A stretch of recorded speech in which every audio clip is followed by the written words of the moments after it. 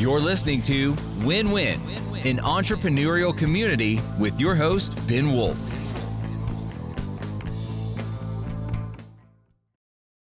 And welcome to the Win-Win podcast. This is Ben Wolf, as always, your host. We are going to learn from our guest today how to have a pulse on your prospects and know the content that they are seeking. And before we get into that, I want to ask everybody here to maximize the number of people and help us out by getting the content that we're sharing here out to more people. So please pause this video or this audio for a second, like, follow, subscribe, leave a review, whatever it is that you're allowed to do in the platform on which you are listening to this or on which you are watching this. Be sure to please like, follow, subscribe, leave a review, whatever you're allowed to do. I appreciate it. I want to introduce our guest today, who is the president and CEO of 11 out of 11 marketing agency. She's the author of Stop Blending In, the 7 steps for achieving thought leader status and standing out in your field. You can learn more about her and what she does at 11out of11.com. That's the number 11, not spelled out, 11out of11.com. And with that, I give you Angela Pointon. Hi, it's good to see you, Ben. How are you? Thanks for having me. My pleasure. My pleasure. I'm glad you're able to make the time to have this conversation. And I guess what I would ask you before we even really get going into the content we're talking about, no pun intended, is if you could please give us like a quick 2-minute background or roundup of sort of like a context for you and background so people can understand sort of where you're coming from when we talk about this content marketing message. Absolutely. So I became fascinated with content marketing really when I realized that anybody can be known for anything. It's just about putting the information out into the world. So if you want to be seen as the best at XYZ, developing that thought leadership and that reputation is really on you, the person, not so much on the rest of the world. That fascination came when I was working at other marketing agencies. That's how I did my career right out of college. And about 7 years ago, decided to leave. I had reached the point of deciding between being a partner at an agency or going out on my own. For personal reasons, had small kids at the time. I thought, you know what, for me and for work-life harmony, doing my own thing is going to be better. And so I did a little freelance and consulting for a while and then started 11 out of 11 in 2017. Okay, nice. Well, that is super helpful. So I guess the first thing I want to understand before we like step back and say, hey, how can you get a pulse on your prospects or your potential customers? But before we talk about that, sort of like why do content marketing? Like what is the idea or the goal or the purpose behind it? The purpose behind, there's really 2 reasons why an organization or a company would invest time and or dollars into content marketing. The first is SEO, right? So if people are looking on Google for your service, your product, or for help, if you're a consultant, they're probably going to turn to friends first and Google second, right? And so if they're looking for you and they can't find you, that's a problem for you. So creating content is the best way to help Google, which is just a machine, learn more about you and who you are and what you do and what your expertise is in so that you can climb higher in the rankings. And there's all science behind how you do that. But in essence, if you think about the types of things people would be searching for and you create content around those things, you're already on the right track. The second reason is really around thought leadership. So if somebody does hit your site and they go to read more about you, which a lot of people do these days, right? Gone are the days where we're answering ads and like looking in the phone book. We are reading and doing our own research before hiring someone. Thorough research. We're almost bottom of funnel, if you will, by the point we're reaching out to a company, especially if their website is really good. And so that kind of thought leadership and coming across as the expert and all the reasons why they should choose you over the other competitors that they are researching is a very strong reason why people do content marketing. Got it. And then so that people can, who are listening to or watching this, can sort of see themselves and their situation in what you're talking about. Like, describe what most people do when it comes to Mhm. so people are already doing something for content marketing. What are most people doing? Most people are probably first thinking about social media, depending on what their business does.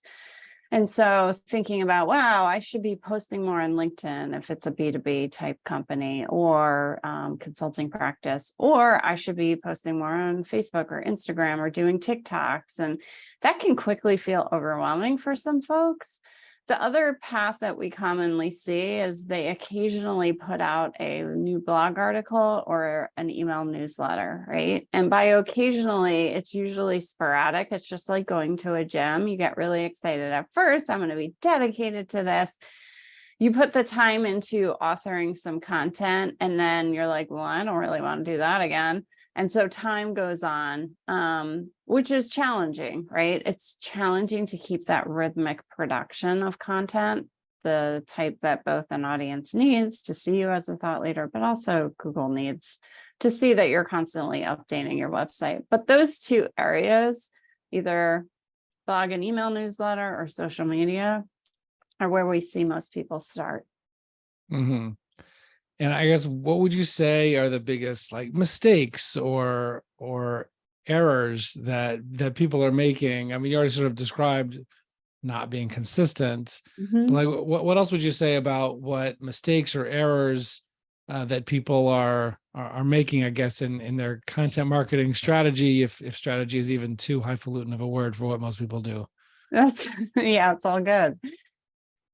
They not being rhythmic about it, we talked about, but also if, for instance, your article posts have dates on them, think about what your experience is if you go to a website and you go to look at some content that the company has created and you see 2020 as their latest post date. Are they still in business? Are they growing? Are they serving any customers? Did they go out of business? Those thoughts go through your head. Mhm. So that rhythmic content, just making sure it doesn't have too long of a shelf life before you're addressing it. So that would be one. The second is, once we get into actually what you're saying, content has to be thorough. Putting up a blog article of 2 paragraphs, call it 150 to 200 words.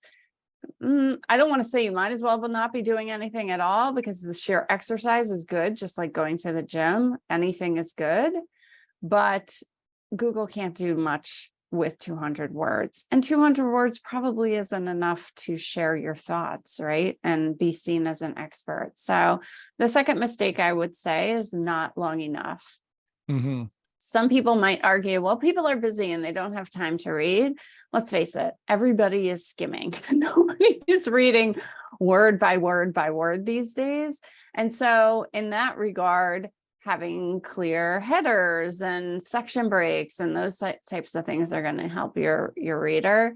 A blog post that is 5,000 words is going to help you and the prospect of your company more than one of 200 words, even though they're probably not going to be reading all 5,000. And then the third mistake, and this really goes for any type of content, whether it's on a blog or social media, wherever it's placed, is really having a clear call to action, or preferably multiple calls to action, where you're really taking people to another level in their relationship with you. Mm-hmm. And so if a blog is about, let's just say, baking chocolate chip cookies, there should be an offer to buy your cookbook. So that's a bottom of funnel. You want money exchanged. But maybe there is an offer to sign up for a newsletter where you're sharing a cookie recipe of the week, or some other helpful educational piece of material where they're not hitting your blog and bouncing off and you have no idea who is there, but they're hitting your blog and you're capturing their email address so that you can begin to nurture them and try to get the sale. Awesome. Well, starting to transition, I guess, into our topic then. So that's like sort of a good background, but transitioning into our topic of like getting a pulse on your customers, So like, I guess, what are most people doing, or what mistakes are people making when it comes to knowing what the pulse is of the customer or what content they want? Yeah. So what this really is about is writing content that they need to hear, right? That they are looking for information on. The best ways to do that is to get those topic ideas either from your sales team or whoever's doing sales at the company, or from the client services team, whoever's working with the customers, or if it's a B2C, like whoever's servicing the customers after this point of sale. Mhm. Those individuals, and for some people that's me, right? That's me. I both sell and I both execute. Like I'm Mhm. with the customer at the beginning to the very end. But what people forget is customers ask questions. And when customers or prospects ask questions, they're probably not the only people to have those questions. And so if we can be not just listening to answer, but writing down what those questions are. Mhm. Like Ben, you asked, why on the homepage do you say you're a Philadelphia marketing agency before we hit record on here? I'm going to write that down, because actually that's a really good SEO question that probably people have. Should I put where I'm located on my homepage if I serve other areas of the country, for Mhm. example, right? It's such a niche question that it makes for a great blog topic, because we do SEO work for companies. So really listening to those, not just to respond, but to be like, man, I'm getting that question. I bet you other people have questions. And then that in essence becomes your content calendar and your content strategy. Right. Awesome. So like listening to your sales team, whoever that is, listening to see what questions they're getting, listening to your service delivery team or customer service, whatever it is, see what questions they're getting. Those are the topics, right? What are the questions? Those are the topics. Like Marcus Sheridan's book, They Ask You Yeah. Answer. Yeah. It's take those. We noticed recently at Wolf's Edge Integrators, my fractional COO firm, we noticed recently that we've been getting a spate of like new leads and people setting up discovery calls at wealth management companies, which we like didn't have very much of for like the last year and a half. Like, and there's just like this spate of them. So we're like, what's going on with like wealth management firms like looking at fractional COO? So we're talking to our head of business development, Jen Hamilton, yesterday, and we're like, okay, you know what? That's a They Ask You Answer blog post and video right there. Where to, how do wealth management and financial services firms use fractional COOs and integrators? Something briefer maybe, but like, No, it's good. something along those lines. Like, listen, pay attention, especially the sales and customer service. Yeah. Could you share a story or an example of, I guess let's stay on the negative side for a second. Yeah, sure. Like what you've seen, maybe one of your clients, something you did in the past, one of your former clients, current clients. What were they doing before? Like, what kind of business were they in? What was happening before they kind of decided to do something about getting better at getting a pulse on their customers or clients? Yes. So I think when people work in silos, it's challenging to get that information, right? And the bigger the organization, the harder it is. It's easy when I shouldn't say easy because it's never easy, but when you're a consultant and you're both selling and serving the client, you're listening to all that information yourself. You can have a notebook for content ideas. It's less whisper down the lane. So for organizations that are large, for example, we worked at a manufacturing company. We were doing their content. The people who were talking to the customers, or the prospects, I should say, were very different than leadership, who was not. They were talking to key accounts, just to keep them happy, right? But they really weren't involved in the sale. Mm-hmm. And then execution, the actual manufacturing plant, they were getting orders and they were fulfilling orders, and they weren't ever really talking to the customer directly. There was an account manager involved. So the larger the organization, the more challenging it is to get information of what those intimate little questions are that somebody really needs to take the time to jot down. But just like so much in business, there's a way to operationalize it.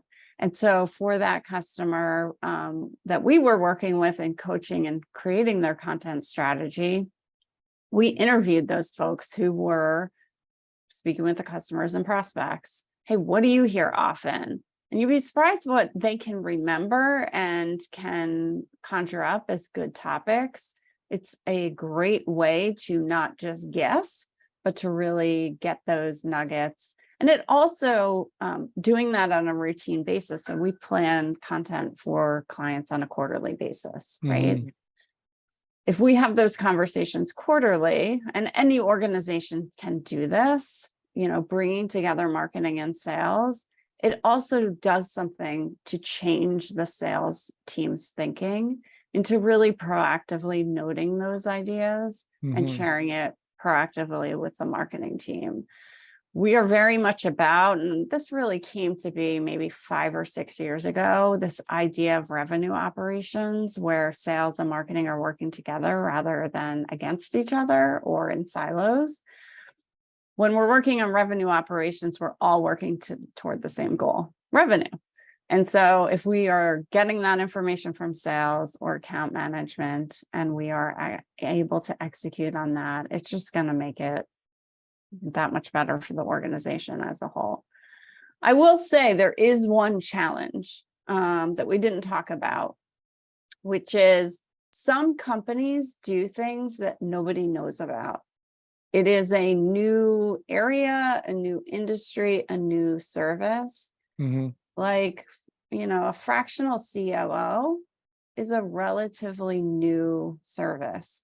Not everybody knows that exists out there. Right. And so for companies, for anybody listening where they're doing something that is somewhat revolutionary or a shift in the way business is done, this exercise can be very challenging and feel like, well, they don't even know what questions to ask to find me, right? The prospect.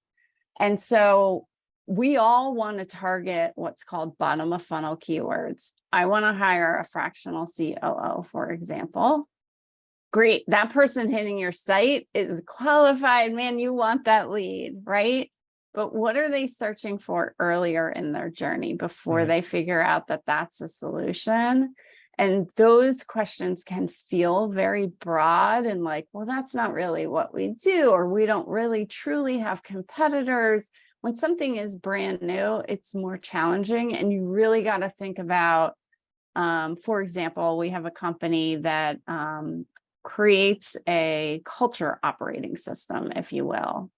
They are culture consultants and they have an app that helps people operationalize culture so that it's not just a poster on the wall, but something people live and breathe and do all day at the company. They're the only ones. There is no other organization who does that. There are tons of searches around culture and how to make culture better at an organization. They are competing with Forbes, Inc., all of those magazines that have #1 rankings. So you really have to get creative if you're thinking you're in that kind of space where they don't know I exist. They don't know this solution exists. We are not a bakery on the corner that everybody knows about. We are something unique. You really got to be creative about what the person could be thinking about to find you. Well, that's a great question. And actually your example sort of compounds the question, because if maybe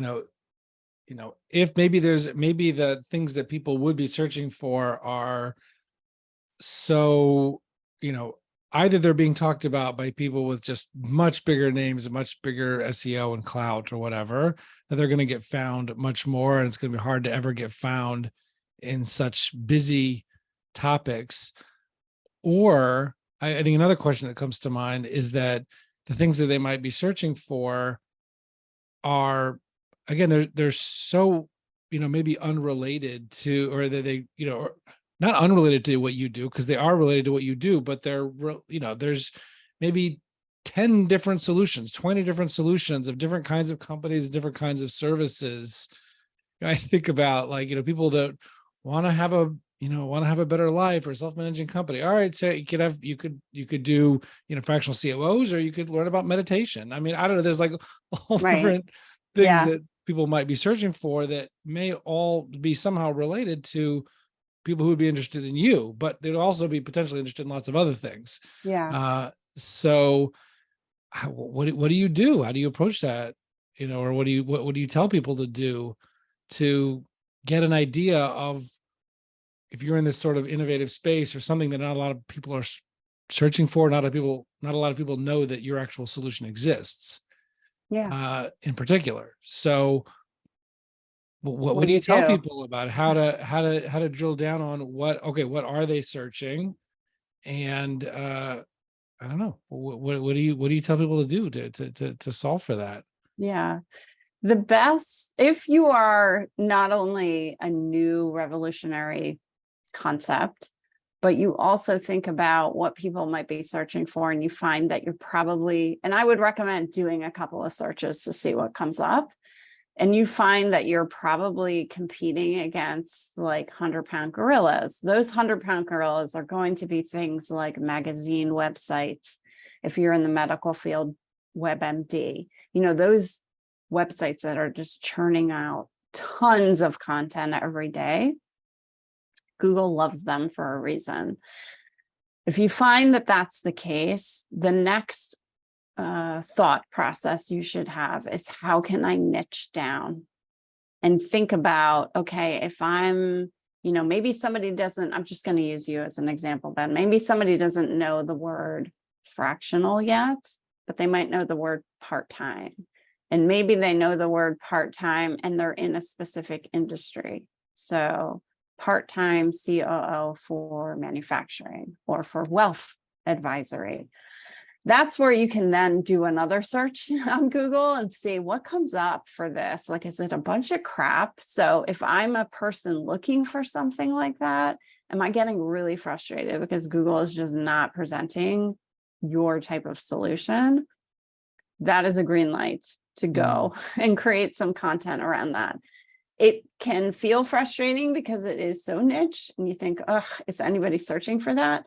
But I will tell you that from a search strategy, if you are in those niches and there's junk coming up in the search results, it will perform better than you think it will, because you're solving a pain that people are looking for and they're getting frustrated and they're like, this must not exist. And if you come up as the only one in the search results, it actually can be a blue ocean type thing, and a strategy to employ. On the flip side, what we were talking about before with Marcus Sheridan's book, he owned a pool company, tons of pool companies. Like, he had people knew what they were, knew what the service was. He had tons of competitors. His strategy was niching down to questions that his prospects were asking. But he's not competing against the information giants. He's competing against all the competition. Right. And so blue ocean strategy for that would be still niching down within it, which is exactly the strategy of his book. I just find, for our experience with customers and clients, if you're in this revolutionary type business, following they ask you answer can sometimes feel very frustrating because they don't know what to ask. Right.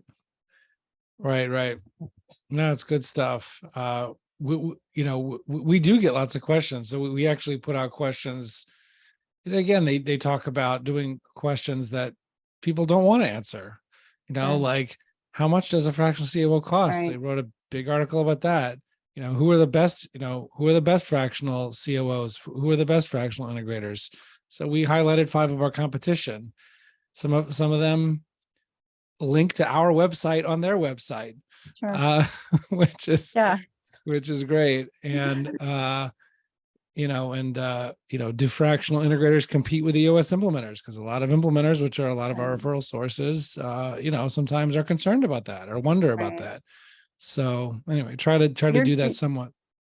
Yeah, you're doing a great job. You're also maybe unique to some of your listeners in that you're in a help first community. So some of the listeners might be like, my competitors would never link to me and never, and there can be fierce competition in other industries. But but it's always worth a try, I feel, to get those links and see if you can build, because everybody serves different types of customers. And so if there can be friendly, glass half full, everybody wins type of outlook, it's just good. It's good for SEO and it's good for your website. Yeah, awesome. Yeah, I just talked to another fractional integrator COO yesterday who just told me that he signed with a client that I referred to him, one of our competitors. So that was nice. Yeah. Good. You'll get the next one. Yeah. Oh yeah. God will. Yeah. Help first, like you said. Last question, I guess, is walk us through like a case study or like an example of somebody that really took to heart, or whether through you or whatever, this concept of really getting a pulse on your prospects, your customers, your clients, and then creating content that delivers to them what they actually want.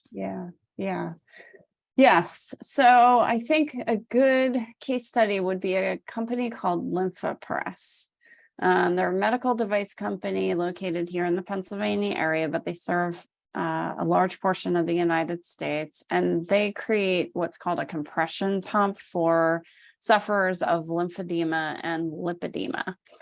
So traditionally, those individuals have one either arm or leg that swells, and the compression pump looks like a big balloon that you put on your leg or arm to kind of constrict that swelling, and you're supposed to use it either every day or multiple times a day to kind of control the symptom of that disease. So they sell the pump and the balloon looking thing.